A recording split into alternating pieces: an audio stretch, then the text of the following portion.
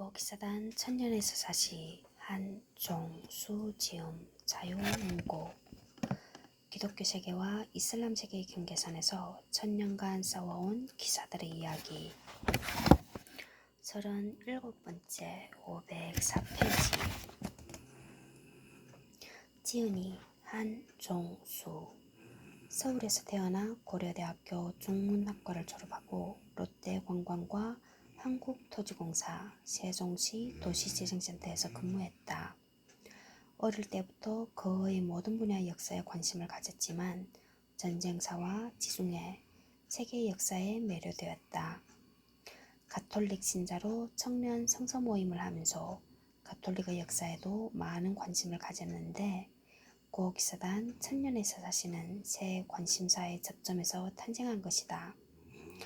빨간 책방에 소개되었던 스테디셀러 강남의 탄생을 비롯하여 서서울에 가면 우리는 민주주의를 걷다 세상을 만든 여행자들 라면의 재발견 제갈량과 한니발 두 남자 이야기 2차 대전의 마이너리그 미 해병대 이야기 이스라엘 국방군 제7기갑여단사 등 다양한 분야의 책을 내놓았다. 역서로는 황관 이야기, 영락제 화해 질서의 완성, 제국은 어떻게 망가지는가가 있다. 504페이지 37번째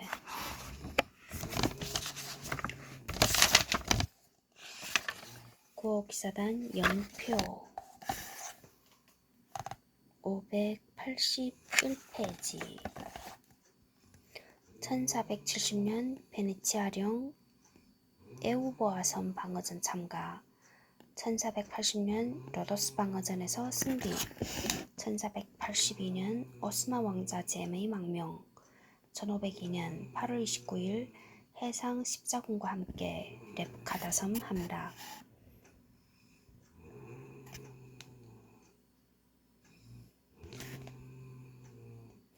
1507년 맘루크의 보물선 약탈 1510년 유무르탈릭 전투에서 승리 1511년 8월 맘루크 해군 재건을 위한 자재를 탈취 1516년 맘루크의 대포와 탄약을 지원 1522년 7월 로도스 대포 유전 1523년 1월 1일 로도스에서 철수 크레테로 이동 1523년 4월 메시나로 이동 1523년 릴라당 총장 콘클라베 호위대장 임무 수행 1523년 제노바와 니스에 잠시 머문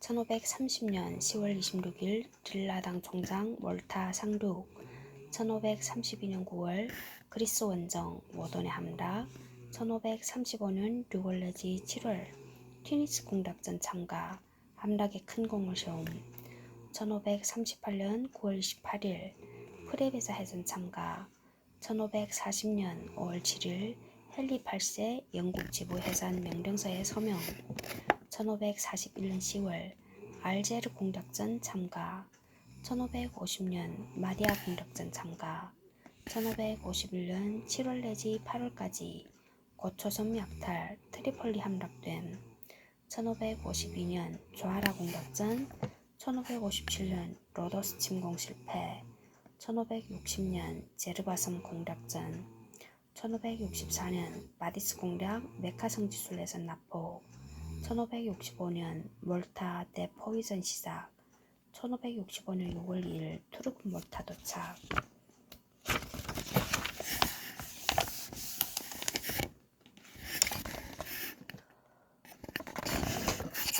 504페이지 37번째 라스카리스 총장 시기에 주목할 만한 사건으로 카리브해 진출을 빼놓을 수 없다. 안목이 탁월했던 라스카리스는 지중해 시대가 가고 대서양 시대가 왔다는 현실을 깨닫고 기사단의 활로를 열기 위해 카리브해로 진출한다. 다리를 놓아준 나라는 역시 프랑스였다. 1651년 라스카시스는 프랑스 대사 자크 드 소브레를 대리로 내세워 루이 14세로부터 생 크리스토프를 비롯한 생 바르탈레미, 생 크루아, 생 마르탱 등 4개의 섬을 넘겨받았다. 형식상의 주권은 프랑스 국왕이 가지지만 기사단이 경제, 행정, 종교상의 권리를 행사하는 것이었다. 단 총독은 프랑스 기사가 맡아야 하며 프랑스의 새 국왕이 즉위하면 1천 에큐를 축하금으로 바쳐야 한다는 조건이 붙었다. 초대 총독으로는 필립 드 포항시가 임명되었다. 그는 이미 카리브 지역에서 프랑스 정부와 협력을 한 경력이 있어 현지 사정을 잘 알고 있었다. 그는 의욕적으로 식민지를 경영했지만 1660년에 세상을 떠난다.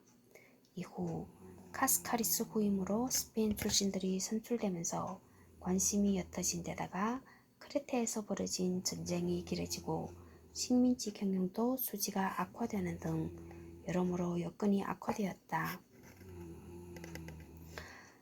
더구나 프랑스의 명제상 장 베프티스트 콜베르가 이 섬들에 관심을 가지면서 1665년 프랑스에 다시 반환하였고 이렇게 기사단의 식민지 경영은 비교적 짧게 끝났다. 여기서 25년 동안이나 계속되는 크레테 전쟁을 다룰 것인데 기사단이 이 대전쟁의 발단을 만들었다. 505페이지 그림 구어 기사단의 카리브해 식민지 1651년부터 1665년까지 보자. 히스파니올라, 푸에르토리코, 생크루아, 생마르탱, 생파르텔레미. 여기서 생은 무슨 뜻이 있는 것 같은데 생크리스토프, 몬트세렛, 과들루프, 마르티니크. 이름 또 이상해. 505페이지 기사단이 일으킨 25년간의 크레테 전쟁. 동지중해에서 키프로스 다음으로 큰 섬인 크레테는 동지중해에서 키프로스 다음으로 큰 섬인 크레테가 어디 있냐?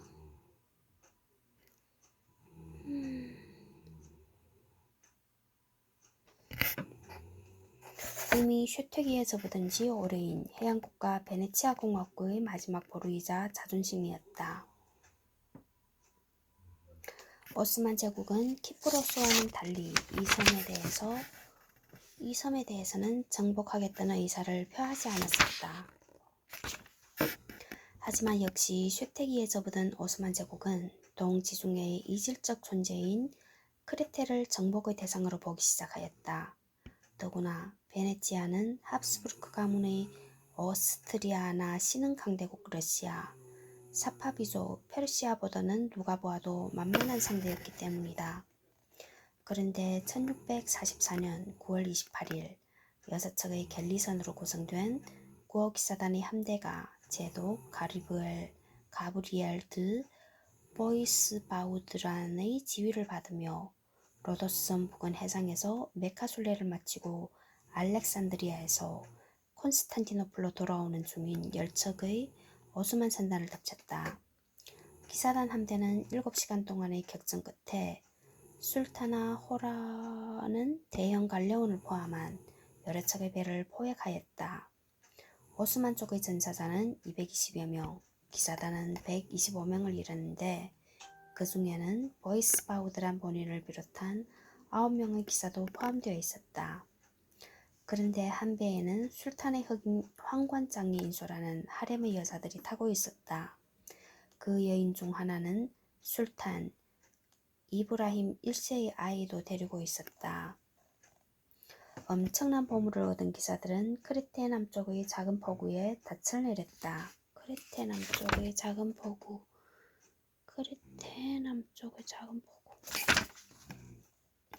크레테의 큰 항구는 모두 북쪽 해안에 있었는데 당시 지휘관이 오스만 제국의 눈치를 볼 수밖에 없는 베네치아의 입장, 그리고 자신들과는 일시적인 협력은 있었지만 거의 앙숙이었던 역사를 잘 알고 있었기에 이런 선택을 한 것이다.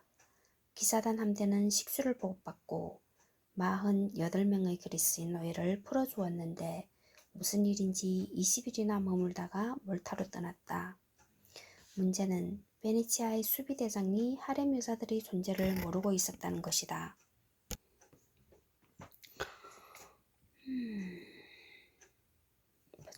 그런데 1644년 9월 28일 6척의 갤리선으로 구성된 구어기사단의 함대가 제독 가브리엘트 보이스바우드란의 지휘를 받으며 로도스 섬 부근 해상에서 메카 순례를 마치고 알렉산드리아에서 콘스탄티노플로 돌아오는 중인 10척의 오스만 선단을 덮쳤다.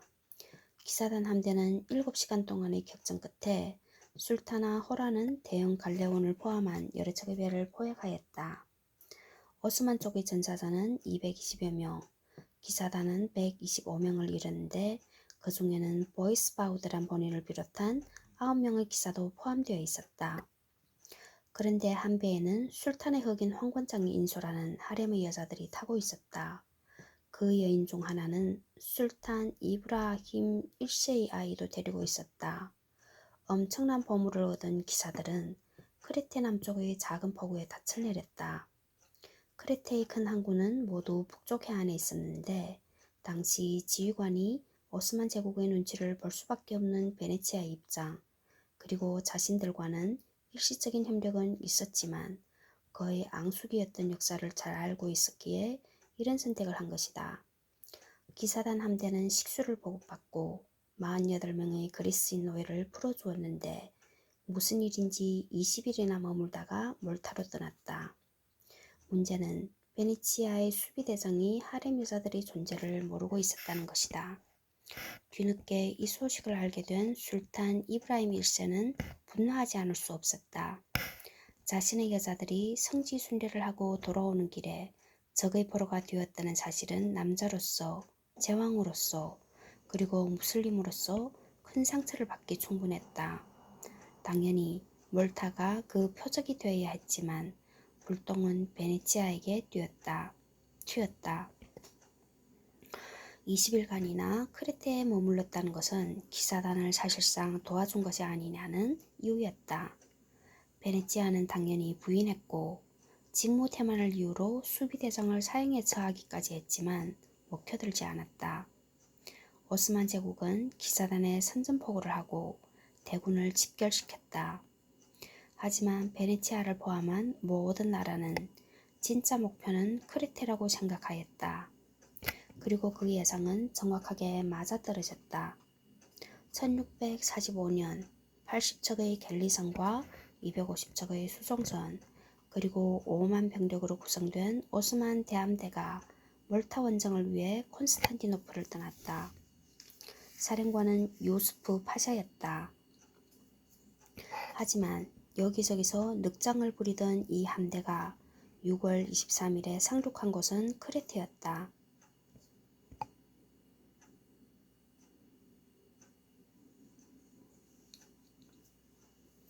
오스만의 대군은 맨 먼저 카네아를 2개월에 걸친 공방전 끝에 함락시키고 크레테 섬의 발판을 마련하였다. 이어서 수다와 스비나론가, 칸디아, 레티모 등을 포위하였다. 베네치아는 서구 국가들에게 지원을 요청했지만 이미 변방이 되어버린 동지중해에 관심을 가진 열강은 없었다. 더구나 당시는 30년 전쟁이 절정에 달했을 때였다. 나 몰라라 할 수 없는 교황청과 나폴리, 토스카나 대공, 그리고 이번 전쟁의 원인을 제공한 구호기사단이 이에 응했고 영국과 네덜란드 해적들이 지원한 정도였다. 베네치아는 요새방어에 머물지 않고 1646년부터는 오스만의 해상 보급로를 차단하는 쪽으로 방향을 전환하는데 그렇게 성공적이지는 못했다. 그 사이 레티모가 함락되는 등 섬의 대부분은 오스만 손에 넘어갔다. 하지만 여전히 제해권은 베네치아 쪽이 잡고 있었고 기사단 해군도 상당한 몫을 해낸다. 그리고 1650년대로 넘어가면서 분위기가 바뀐다. 1652년 발다자르가 지휘하는 기사단의 갤리선 7척은 베네치아 함대와 연합하여 25척 규모의 오스만 함대의 진격을 막아섰다. 연합함대는 적의 제도 말바시아 베이의 기함을 포획할 정도로 대승을 거두었다. 1656년에는 그레고리오 가라파가 지휘하는 기사단의 갤리선 6척이 역시 베네치아의 갤리선과 갈레아차 59척과 연합하여 다르다넬스 해협까지 진격하였다. 여기서 6월 26일 107척 규모의 오스만 함대와 맞붙었는데 결과는 놀라울 정도의 대승이었다. 살아 돌아간 오스만의 배는 15척에 불과했고 연합함대의 피해는 거의 없었는데 7,000명이나 되는 그리스도교인 노예들이 해방되었다는 것도 큰 성과였다. 기사단은 8척의 갤리선과 3척의 갈레아차를 전리품으로 획득했고 가라파는 24년 후 62대 총장에 선출된다. 이런 놀라운 승리를 계속 거둘 수 있었던 이유는 이미 레판토 해전에서 드러난 유럽의 기술적 우위가 점점 더 벌어졌기 때문이었을 것이다. 오스만 제국은 이 참패에 큰 충격을 받았고 콘스탄티노플은 해로가 차단되어 식량 부족 현상이 일어났다. 이렇게 되면서 크레테 전쟁의 상황은 일시적으로나마 베네치아 쪽으로 유리하게 돌아가는 듯 하였다. 9월 14일 술탄 메메드 사세는 민심 수습을 위해 쾌프룰리를 대외지리로 임명하면서 이후 약 30년간 이 가문이 대외지리를 독점하는 쾌프룰리 시대가 열린다. 쾌프룰리는 조정을 혁신하면서 전세를 다시 오스만 쪽으로 가져오는 데 성공한다. 쾌프룰리 시대와 거의 같은 시기, 즉 1657년부터 40년간 기사단은 스페인 시대를 보내는데 이 시기를 지낸 7명의 총장 중 5명이 이베리아 반도 출신이었기 때문이다. 앞서 이야기한 레딘 총장은 방어 시설을 보강하는 한편 4,000명의 화승 총병을 주축으로 한 신식 군대를 편성하였다. 1660년에 총장에 오른 라파엘 코토네르와 1663년부터 1680년까지 총장을 지낸 니콜라스 코토네르는 기사단 역사상 유일하게 형제가 총장에 오른 경우였다. 라파엘 코토네르는 칸디아에 많은 지원병을 보냈다. 칸디아 공방전은 무려 22년간이나 이어졌는데 기사단은 1668년까지 베네치아 공과 어깨를 나란히 하며 싸웠다. 칸디아 성 한번 보자. 그림 509페이지에 칸디아 성. 여기 북쪽에는 바다고 지중해인가?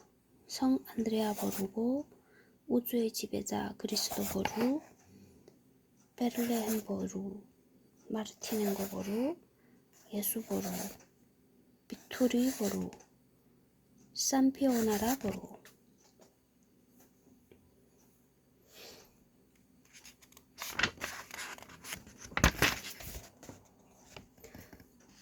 (510페이지)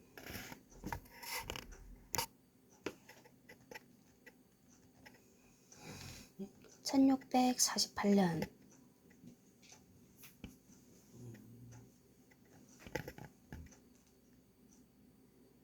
30년 전쟁이 끝나자 유럽 열강들은 그제야 크레테에 관심을 보이기 시작했는데 심지어 스웨덴에서도 올 정도로 많은 귀족 가문의 자제들이 지원병으로 크레테에 종군하는 것이 유행이 되었다.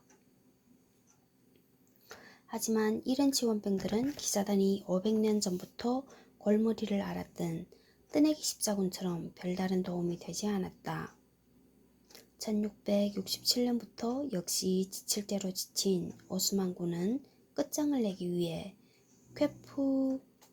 쾌프렐리가 직접 지휘봉을 잡고 마지막 대공세를 가하였다. 1668년 칸디아의 북서쪽에 위치한 보루를 지키던 그리고 기사단은 오스마니 대군을 상대로 한 발도 물러서지 않고 싸워 막아냈다.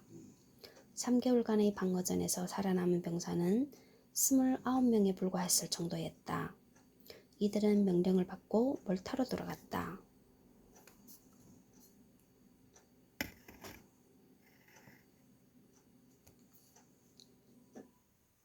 베네치아의 지휘관들은 본국의 원로원에서 이 용사들의 가치는 남아있는 우리 모두를 합친 것보다 더 클 것입니다. 라고 말했을 정도였다. 감동한 베네치아 원로원은 의사당 내에 기사들이 무기를 가지고 들어올 수 있는 특권을 부었는데 사상 유례없는 조치였다. 앙숙이었던 두 나라는 이렇게 역사상 유례없는 밀월 관계에 접어든다. 하지만 그 다음 해 베네치아는 오스만 제국과 강화를 맺고 크레테를 포기하였다. 이렇게 25년간에 걸쳐 벌어진 처절한 크레테 공방전은 막을 내렸지만 이미 대서양이 중심이 된 시대였기에 역사에서는 그리 주목받지 못한다.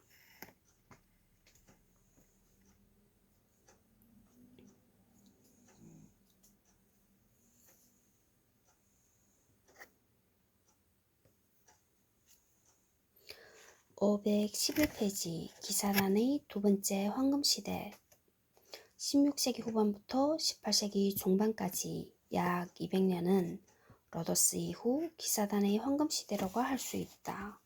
기사단의 황금시대는 16세기 후반부터 18세기 중반까지. 우선 1565년 방어전에 성공한 이후 기사단은 토착 귀족과 주민들로부터 완전히 지배사로 인정받았다.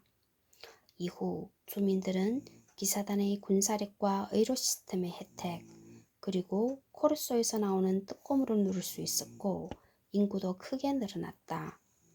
코르소는 1580년 스페인과 오스만 두 제국 간의 평화가 이루어진 후에 오히려 전성기를 맞았다.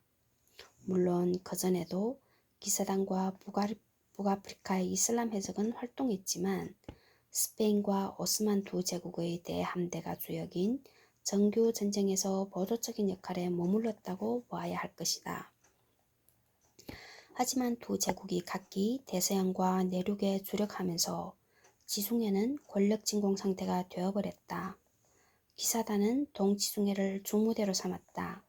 특히 300년 전 그들의 본부가 있었던 아크레와 하이파를 출발하는 선박들이 먹잇감이 되었다. 견디다 못한 티레 총독은 오스만 중앙정부의 압력에도 불구하고 아예 기사단과 협약을 맺고 티레와 베이루트 그리고 하이파항의 사용권을 내주었다. 이 항구들의 펄럭이는 기사단의 공기는 기묘한 벌거리였다고 하는데 기사단은 이곳에서 식수와 신선한 먹거리를 공급받았다. 티레 총독의 동생이 몰타에 오자 기사단은 선물을 듬뿍 주며 환대했고 유럽 군주들이 성지 순례차 새 항구에 들리면 총독은 3,000명의 기병을 내어 호위를 해주었다. 이 과정에서 유대인들이 좋은 표적이 되었다.